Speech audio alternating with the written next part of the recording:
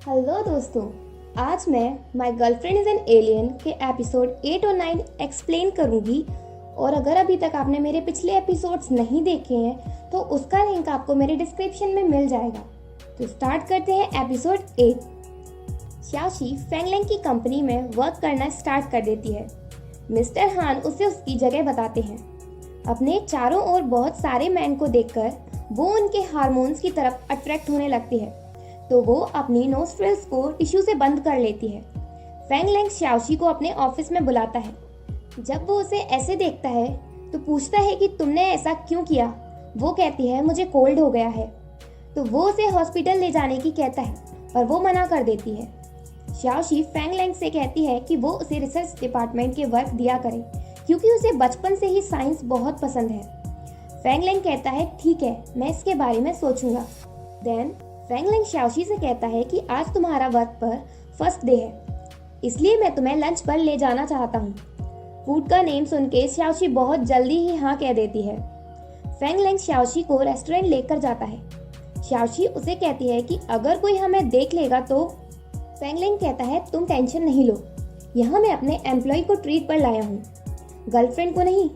शाओशी बिल्कुल चाइल्डिश तरह से खाती है और अपना फेस बिगाड़ लेती है, तो उसके फेस से फूड फैंगलेंग साफ करता है। पर ऐसा करने से फैंगलेंग शाओशी की तरफ और अट्रैक्ट होता है। देन जब वो जा रहे होते हैं तो वहीं उन्हें जियांगशु मिलती है। जियांगशु उन दोनों को साथ देखकर वंडर करती है। शाओशी कहती है कि मैं फैंगलेंग की कंपनी में वर्क करने लगी हूँ और उसकी सेक्रेटरी हूँ, इसलिए तुम कुछ गलत नहीं समझना। जियांगशु फैंगलेंग से उसे घर छोड़ने की कहती है। रास्ते में फैंगलेंग शाओशी को जेलिस फील कराने के लिए वो जियांगशु से पूछता है क्या तुम आज फ्री हो, क्योंकि मुझे तुमसे कुछ वर्क है। जियांगशु तो यही चाहती है। वो कहती है मैं बिल्कुल फ्री हूँ। फैंगलेंग शाओशी को घर छोड़ता है। शाओशी सोचती है कि जब वो जियांगशु को लाइक करता है तो मुझे अपनी गर्लफ्रेंड क्यों प्रिटेंड कर रहा है। देन फैंगलेंग जियांगशु को उसके घर छोड़ने जाता है।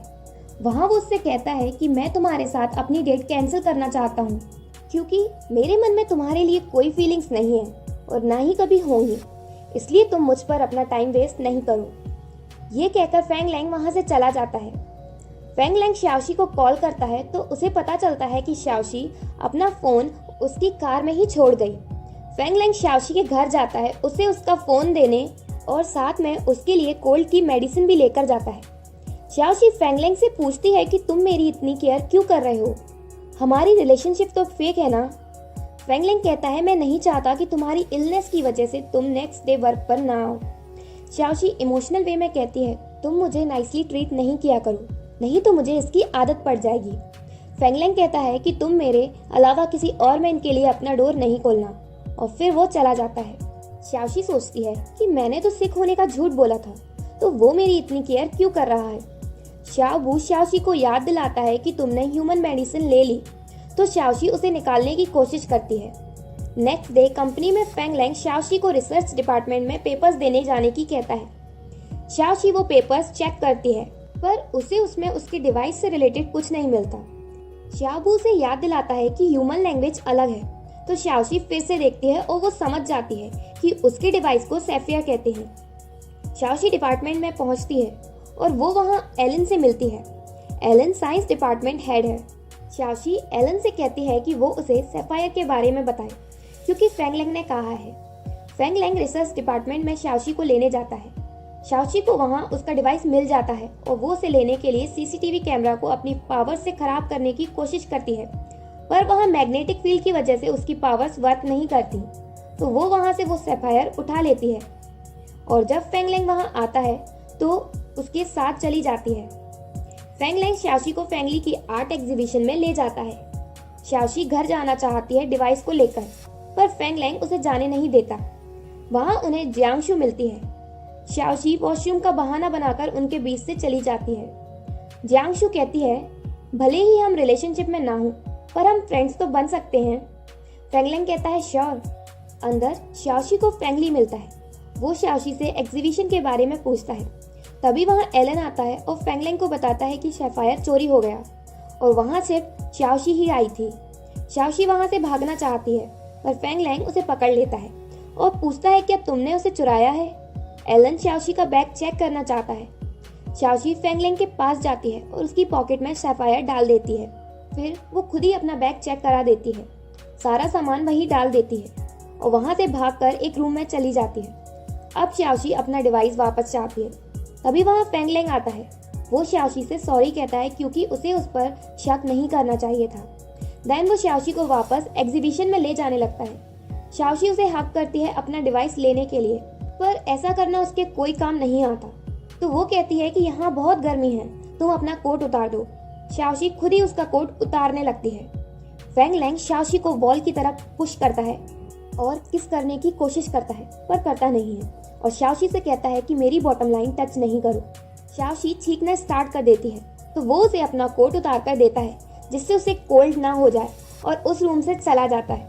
शाओशी उस डिवाइस को उसी रूम में छुपाकर बाहर एग्जीबिशन में जाती है। फेंगलेंग के डैड को पता चलता है कि मिसेस फेंग ने ही उस दिन एनवेलप में फेंगलेंग की फोटोज भेजी थी। मिसेस फेंग इस बात को मानती हैं और कहती हैं कि ये सब उनने फेंगली के लिए किया था, तो वो गुस्सा हो जाते हैं। जियांगशु एग्जीबिशन में भी फेंगली से पूछती है कि फेंगलेंग और शाओशी के बीच क्या चल रहा है, पर वो कहता है कि मुझे कुछ नहीं पता। फिर जियांगशु फेंगली को बताती है कि अब वो और फेंगलेंग फ्रेंड्स हैं। तो फेंगली पूछता है, तो क्या तुमने फेंगलेंग पर गिव अप कर दिया? जियांगशु कहती है, नहीं, मैंने गिव अप नहीं किया है। एग्जीबिशन में फेंगली का अंकल आकर उसे बताते हैं कि उसकी मॉम बहुत बीमार है, तो वो भागकर उनसे मिलने जाता है। शाओशी फेंगलेंग को देखकर सोचती है कि अब मुझे मेरा सैफायर वापस मिल गया, मैं अपने घर जा सकती हूँ। आज मेरा लास्ट दिन है, तो मुझे फेंगलेंग से प्रॉपर गुड बाय कहकर जाना चाहिए। तभी शाओशी को जलने की स्मेल आती है और तभी फायर अलार्म बज जाता है। फेंगलेंग शाओशी को बाहर ले जाना चाहता है, पर शाओशी फेंगली को ढूंढने अंदर फायर रूम में चली जाती है। फेंगलेंग उसके पीछे जाता है तो जियांगशु उसे बताती है कि फेंगली बाहर गया है, पर फेंगलेंग शाओशी के लिए अंदर चला जाता है। शाओशी के हाथ में लग जाती है और जहां उसका ब्लड गिरता है वहां सैफायर बन जाता है। शाओशी बेहोश हो जाती है। फेंगलेंग उसके पास जाता है और उसे बताता है कि फेंगली बाहर है, अंदर नहीं, और उसे बाहर ले जाता है। शाओशी बेहोश है तो फेंगलेंग उसे बाहर लाकर mouth to mouth artificial respiration देता है। शाओशी को होश आता है। जियांगशु ये सब देख लेती है। फेंगली जल्दी से अपनी मॉम के पास पहुंचता है तो वो बताती है कि उनका फेंगली के डैड से झगड़ा हुआ है और उन्होंने कहा है कि वो नहीं चाहते कि तुम कंपनी में वर्क करो। मिसेस फेंग फेंगली को भड़काने की कोशिश कर रही हैं, पर एक्चुअली में ऐसा नहीं होता। फेंगली को अपने डैड का आइडिया बहुत कूल लगता है। वैसे भी वो कंपनी में वर्क नहीं करना चाहता और वो वहां से चला जाता है। फेंगली को मिस्टर हान का कॉल आता है और वो बताते हैं कि एग्जीबिशन में आग लग गई। ज्यादा कुछ लॉस नहीं हुआ, पर शाओशी इंजर्ड हो गई क्योंकि वो तुम्हें बचाने अंदर गई थी। फेंगली सीधा फेंगलेंग के घर जाता है शाओशी से मिलने, पर वहां उसे पता चलता है कि शाओशी सो रही है और वो अब ठीक है। फेंगली फेंगलेंग को कहता है कि शाओशी को ही सिर्फ उसकी फिक्र है। फेंगलेंग कहता है कि शाओशी मेरी गर्लफ्रेंड है और वो अब तुम्हारी फैमिली है।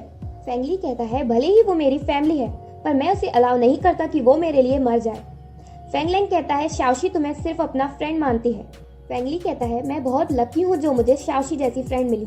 फेंगली शाओशी का ध्यान रखने की कहता है, पर फेंगलेंग मना कर देता है। कहता है, मैं फ्री हूँ और मैं अपनी गर्लफ्रेंड का ध्यान रखूंगा।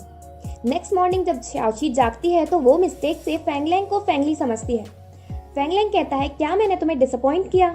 वो मना करती है। फिर शाओशी फेंगलेंग को थैंक्स कहती है उसे बचाने के लिए।